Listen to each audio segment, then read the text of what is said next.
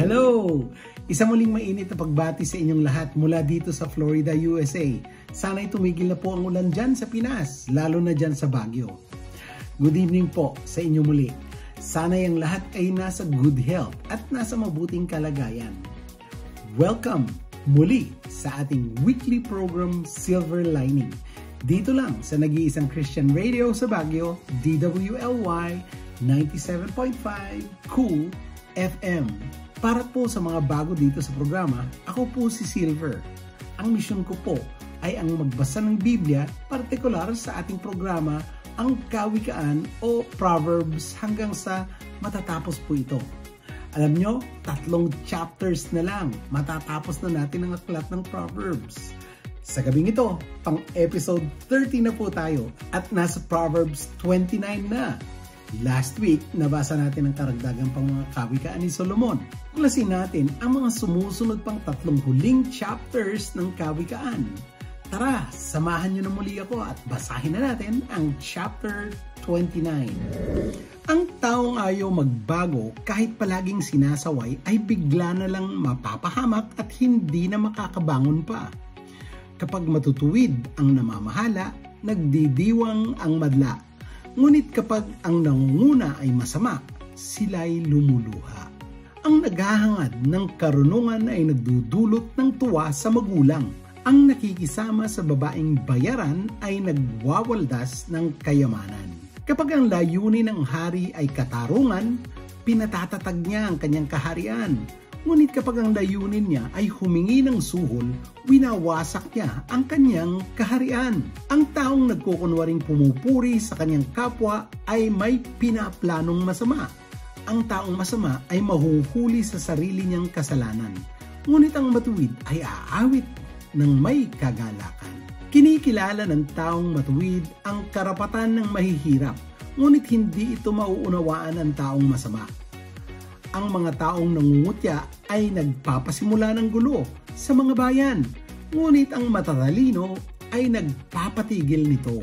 Kapag inihabla ng marunong ang hangal, ay wala ring kahihinatnan dahil hindi titigil ang hangal sa kadadaldal at panunuya. Kinamumuhian at gustong patayin ng mamamatay tao ang mga taong namumuhay ng matuwid at walang kapintasan. Ang taong hangal ay hindi makapagpipigil sa kanyang galit, ngunit ang taong marunong ay nakapagpipigil ng kanyang sarili. Kapag ang pinuno ay naniniwala sa kasinungalingan, lahat ng lingkod niya ay mabubuyo sa kasamaan. Ang mahirap at ang mapang-api ay parehong binigyan ng Panginoon ng paningin. Kapag ang hari ay makatarungan sa mga mahihirap, paghahari niya ay magtatagal. Ang pagpalo sa bata kapag siya ay ituwid ay makapagtuturo sa kanya ng karunungan. Ngunit kung pababayaan lang siya, makapagbibigay siya ng kahihiyan sa kanyang magulang. Kapag masama ang namumuno, nadadagdagan ang kasamaan. Ngunit siya ay mapapahamak at makikita ito ng mga matuwid. Disiplinahin mo ang iyong anak at bibigyan kanya ng kapayapaan at kaligayahan. Kapag tinanggihan ng isang bansa ang turo at gabay ng Diyos, wala itong kapayapaan. Mapalad ang mga taong sumusunod sa turo ng Diyos. May mga utusan na hindi maturuan sa pamamagitan lamang ng salita, sapagkat kahit nauunawaan kanila, hindi sila nakikinig.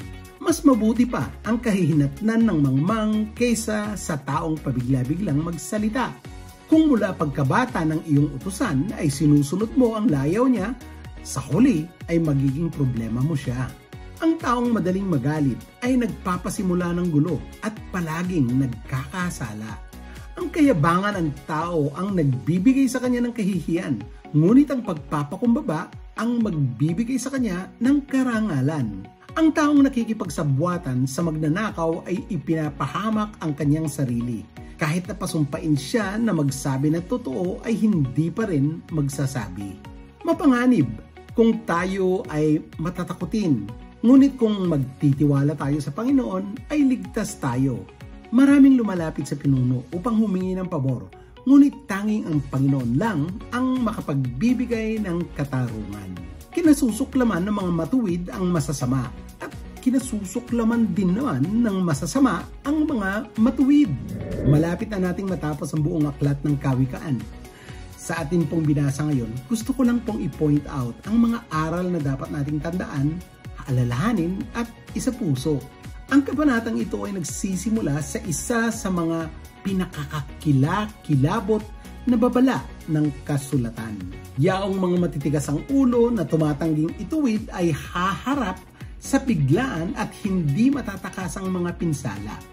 Other lessons contrast righteous and ungodly government at ang epekto nito sa kanilang mga bansa. Sinasabi rin na ang kasalanan ay nagdudulot ng mga consequences. Kadalasan, ang taong nagbabalak ng masama is harmed by their own scheme. Binanggit din ni Haring Solomon ang magulong panganib ng foolish thinking. Inulit niya ang need for discretion in who we argue with and when. Kung kanino tayo makikipagtalo at kung kailan makikipagtalo. Nandun po siya sa verses 1 to 11. Lumilitaw ang mga katulad na tema sa mga huling verses. Nagbabala si Haring Solomon tungkol sa pangangailangan para sa makadiyos na karunungan at nagbabala rin siya about the dangers of letting wickedness take over a culture. Dahil ang Diyos ang tunay na pinagmumulan ng lahat ng katotohanan at kabutihan, siya ang tanging mapagkakatiwalaang pinagmumulan ng karunungan. The divide between those who honor God and those who seek their own sin is drastic. Sa huling dalawang kabanata ng Aklat ng Mga Kawikaan, mababasa natin ang karunungan na nauugnay sa isang lalaking nagngangalang Agur, isang hari na nagngangalang Lemuel, at isang tanyag na paglalarawan ng isang makadiyos na babae. The divide between those who honor God and those who seek their own sin is drastic. Okay, alam niyo po, sa huling dalawang kabanata ng Aklat ng Mga Kawikaan, mababasa natin ang karunungan na nauugnay sa isang lalaking nagngangalang Agur at meron pa isang tanyag na paglalarawan ng isang makadiyos na asawang babae. Abangan niyo yan sa dalawa pang chapters na ating susunod na babasahin. Sana po ay nakapagbigay ang ating episode ngayon ng karunungan at kaliwanagan upang maging mas malinaw ang ating pangunawa at gabay ng direksyon ng ating paglalakbay sa buhay sa kasalukuyan. Abangan ang mga makabuluhan at tunay na mga pangyayari na makukunan natin ng karunungan. Kung meron po kayong prayer request or encouragement, i-private message nyo lang po ko. Kung nais nyo pong i-like o i-share ang ating episode, nasa FB page po ng Cool FM at sa iba pang mga social media accounts ng Cool FM. Habang ginagawa nyo yun, mag-subscribe na rin po kayo sa aking YouTube channel, ang Silver Lining. Salamat po muli. Ako po si Silver. Sa pahintulot po ng ating Diyos na nagbibigay liwanag, karunungan at pangunawa, nandito muli ako next week.